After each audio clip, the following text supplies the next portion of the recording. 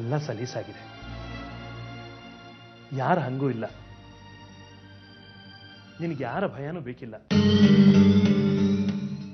ಹರಿ ನಂಬಿಕೆನ ಉಳಿಸ್ಕೊಂಡ್ರೆ ಅಷ್ಟೇ ಸಾಕು.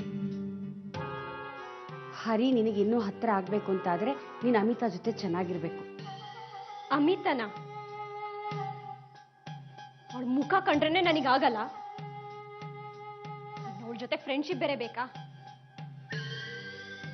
ಅದಕ್ಕೆ ಯಾವುದು ಅರ್ಥ ಆಗಲ್ಲ ಅಂತ ಹೇಳೋದು ನೋಡು. ಕಲ್ಪನಾ ಹರಿನ್ ದೂರ ಆಗ್ಬೇಕು ಅಂತ ಆದ್ರೆ ಅಮಿತಾ ಪ್ರೀತಿನ ಗಳಿಸ್ಲೇಬೇಕು. ಪ್ರಣವ್ ನಮಗೂ ಮೋಸ ಮಾಡ್ದ, ನಿನಗೂ ದ್ರೋಹ ಬಗ್ದ. ಈಗ ನಮ್ಗಿರೋದು ಒಂದೇ ದಾರಿ, ಅವನ್ ನೆನಪನ್ನ ಮನಸ್ಸಿನಿಂದ ಕಿತ್ ಬಿಸಾಕೋದು. ಅವನ್ ಪ್ರೀತಿನ ಮರೆಯೋಕ್ಕಾಗಲ್ಲ. ಮರೀಲೇಬೇಕು. ಈಗ ತಾನೇ ಫೋಟೋ ಬಿಸಾಕ್ದಲ್ಲ, ಹಾಗೆ ಅವನ್ನ ಮನಸ್ಸಿನಿಂದ ಕಿತ್ ಬಿಸಾಕು. ಫೋಟೋ ಹರಿದಿದ್ದು ಅದಕ್ಕಲ್ಲ, ಸತ್ ಮೇಲೂ ನಿನ್ ಜೊತೆನೆ ಇರ್ತೀನಿ ಅಂತ ಹೇಳಿದ್ದ ಪ್ರಣವ್. ಮದ್ವೆಗ್ ಮುಂಚೆನೆ ನನ್ನಿಂದ ದೂರ ಆದ. ಅವನು ಹೇಳಿದ ಮಾತು ಅದೆಷ್ಟು ಬಾಲಿಶ ಆಯ್ತು. ಯಾವುದೋ ಹೆಣ್ಣಿಗೋಸ್ಕರ ನನ್ ಪ್ರೀತಿನ ತಿರಸ್ಕರಿಸ್ದ. ಬೇರೆ ಹೆಣ್ಣಿಗೋಸ್ಕರ ಆಸೆ ಪಟ್ಟವನು ನನ್ ಜೊತೆ ಇರಬಾರ್ದು ಅಂತ ಬಿಸಾಡ್ದೆ. ಅವನಿಗೆ ನಿನ್ ಗಂಡ ಆಗೋತ್ ಯೋಗ್ಯತೆ ಇರ್ಲಿಲ್ಲ ನೋಡು. ಅವನ್ ಹಚ್ಕೊಂಡು ನೀನು ಕೊರಗ್ಬೇಡ. ನೋಡಮ್ಮ ಅಮಿತಾ, ನೀನು ಬೇರೆ ಒಂದೊಳ್ಳೆ ಹುಡುಗನ್ ನೋಡ್ಕೊಂಡು. ಪ್ಲೀಸ್ ಅಂಕಲ್, ಈ ವಿಷಯದಲ್ಲಿ ನನ್ನನ್ನು ಯಾರು ಒತ್ತಾಯ ಮಾಡಬೇಡಿ.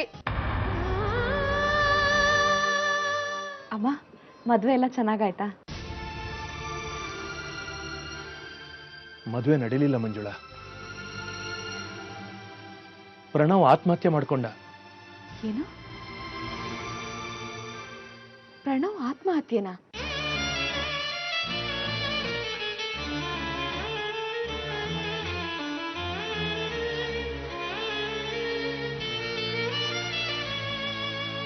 ಅಮಿತಾ ಜೊತೆ ಮದುವೆ ಇಷ್ಟ ಇರ್ಲಿಲ್ವಂತೆ. ಮದುವೆ ಆದ ಹೆಣ್ಣೊಬ್ಳನ್ನ ಅವನು ಇಷ್ಟಪಡ್ತಿದ್ನಂತೆ. ಯಾರದು ಆ ಇನ್ನೊಬ್ಳು?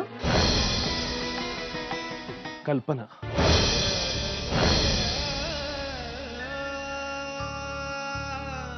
ಹರಿ, ನೀವು ಪ್ರಣವ್ ಕಲ್ಪನೆ ಬಗ್ಗೆನೇ ಯೋಚನೆ ಮಾಡ್ತಾ ಇದ್ರೆ ಹೇಗೆ?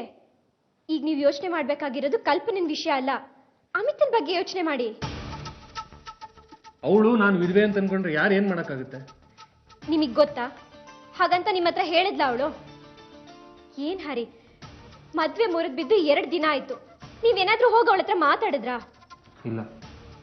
ಎಂತ ಅಣ್ಣ ನೀವು ಹರಿ, ಮೊದ್ಲು ಹೋಗಿ ಅವಳನ್ನ ಮಾತಾಡ್ಸ್ಬೇಕಲ್ವಾ? ಅಣ್ಣನಾದವನು ಸಂತೈಸಿ 4 ಮಾತಾಡಿದ್ರೆ ಅವಳ ಮನ್ಸಿಗೂ ಸಮಾಧಾನ ಆಗಲ್ವಾ? ನಾನೇ ಹೋಗೋಣ ಅಂತಿದ್ದೆ, ಆದ್ರೆ ಅವಳಿಗೆ ನನ್ ಕಂಡ್ರೇನೆ ಕೋಪ. ನನ್ ಮುಖ ನೋಡ್ತಾ ಇದ್ದಾಗೆ ಕೋಪ ಮಾಡ್ಕೋತಾಳೆ. ಅವಳ ದುಃಖದ ಮಧ್ಯೆ ನಾನು ಹೋಗಿ ಯಾಕೆ ಕೇಳ್ಸೋದು ಅಂತ ಸುಮ್ಮನಾದೆ. ನೀವಾದ್ರೂ ಹೋಗೋದ್ ಬೇಡ್ವಾ? ಅಮಿತಾ, ದೇವರು ನಮ್ಗೆಲ್ಲ ಒಂದು ವರ ಕೊಟ್ಟಿದ್ದಾರೆ. ಏನ್ ಗೊತ್ತಾ? ಮರುವು. ಮನುಷ್ಯ ಮರೆಯೋದಕ್ಕಾಗದೇ ಇದ್ದಿದ್ರೆ ಇಡೀ ಪ್ರಪಂಚ ಹುಚ್ಚರ ಸಂತೆ ಆಗೋಗ್ತಿತ್ತು. ಮತ್ತೆ ಉಪದೇಶನ? ಛೆಛೆ, ಇದನ್ನ ಉಪದೇಶ ಅಂತ ಯಾಕೆ ಅನ್ಕೋತೀಯ? ಅಣ್ಣನಾಗಿ ತಂಗಿಗೆ ಹೇಳ್ತಿರೋ ಪ್ರೀತಿ ಮಾತು ಅನ್ಕೋ.